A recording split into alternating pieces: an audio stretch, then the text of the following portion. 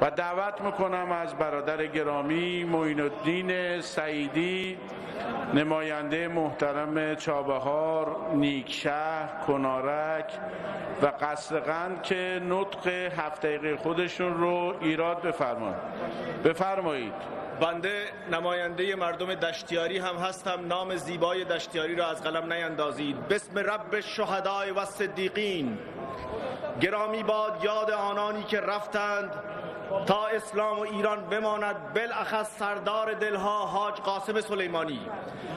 ارج می نهیم زحمات نمایندگان ادوار کشور، استان، حوزه انتخابیه، بالاخص شهدای راه خدمت پروفسور نعیم امینی فرد و حاج مسعود هاشم زهی. همکاران معزز، ملت انقلابی ایران در این 42 سال پر افتخار از گردنه‌های حوادث با حفظ وحدت کلمه و تبعیت از ولایت مطلقه فقیه همه گردنه‌ها را به سلامت از سر گذراندند. جنگ تحمیلی، قائله تجزیه طلبان، فتنه‌های متعدد، تحریم‌های ظالمانه، هیچ کدام از اینها سر سوزنی اراده پولادین ملت را سست نکرده است. اما یادمان باشد که اساس و شالوده نظام ما و بیت الغزل امامین انقلاب عدالت اسلامی بوده است.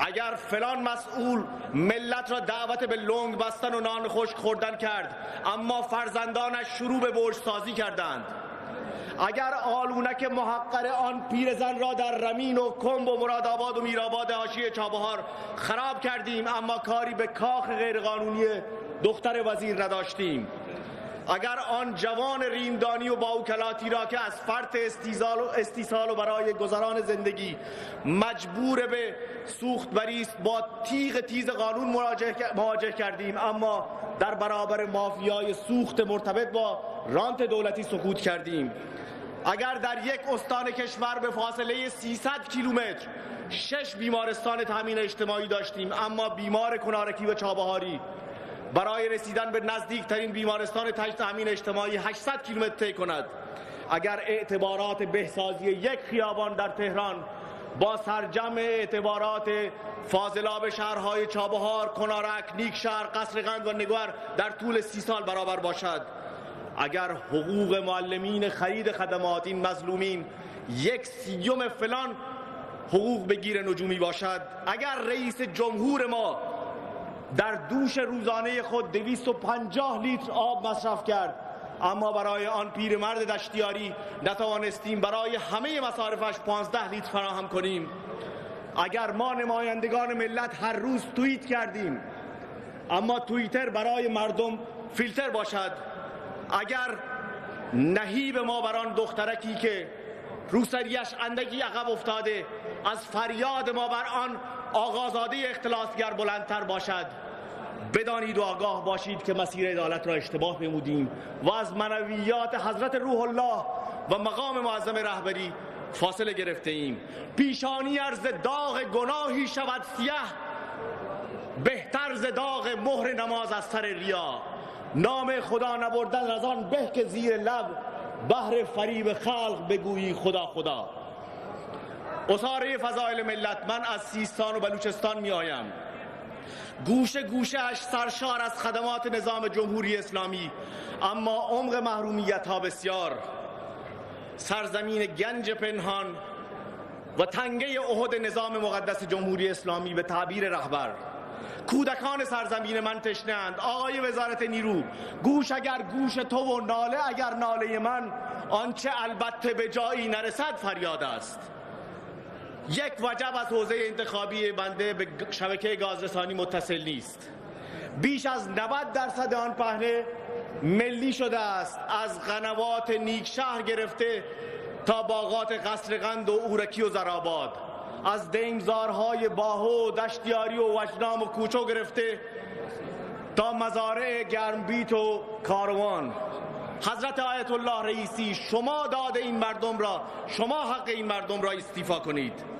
جوانان منطقه بیشترین میزان بیکاری را تجربه می کنند، اما برخی از متولیان طرحهای توسعه‌ای به فکر آوردن نیرو از دیگر نقاط هستند. صبر انقلابی این مردم را دیده اید، از قهر انقلابی آنها بهراسید. نمایندگان انقلابی کمیسیون تلفیق، در بررسی بودجه استان سیستان و بلوچستان را ویژه بنگرید. در عمل پیرو آن امامی باشید که فرمود عدل یعنی گذاشتن هر چیز در جای خودش. اما عیب می جمله بگفتی هنرش نیز بگو. از وزیر ارتباطات بابت سفر دردمندانهشان در استان، از وزیر راه بابت ایجاد زیرساخت‌های مرزی در ریمدان، از وزیر جهادگر جهاد بابت ابطال صید ترال با پیگیری مجلس شورای اسلامی، از آقای فتاح، بنیاد علوی، سردار محمد، آقای نیکزاد بابت نگاه ویژهشان به محرومین، از استاندار معزز بابت خستگی ناپذیری، از تأمین کنندگان امنیت اجتماع ممنونیم. دشمنان ما بدانند که یک تار موی خدمتگزاران صدیق نظام جمهوری اسلامی را با تمام وجود شما عوض نمی کنیم، چرا که دموکراسی پوشالی آمریکایی شما را هم دیده ایم. آرزوی گسستن پیوند بین مردم و نظام را به گور خواهید برد. سروران ارجمند، تاریخ در برابر کسانی که رأی مردم را کسب کرده باشد اما به اعتماد آنها خیانت کند، به کسانی که از مسیر انقلاب و رهبری منحرف شوند قضاوت سختی خواهد داشت. چه من بهارستان نشین باشم، چه آن دولتمرد پاستور نشین. مردم به چنین کاسبان رأی خواهند گفت که هر وعده که دادند به ما باد هوا بود، هر نکته که گفتند غلط بود و ریا بود. رندان به چپاول سر این سفره نشستند، اینها همه از غفلت و بیحالی ما بود. خوردند و شکستند و بریدند و تکاندند، هر چیز در این خانه بیبرگ و نوا بود. گفتند چنینیم و چنانیم، دریغا اینها همه لالایی خواباندن ما بود. ای کاش در دیزی ما باز نمی ماند، ای کاش در دیزی ما باز نمی ماند، یا کاش که در گربه کمی شرم و حیا بود. متشکرم.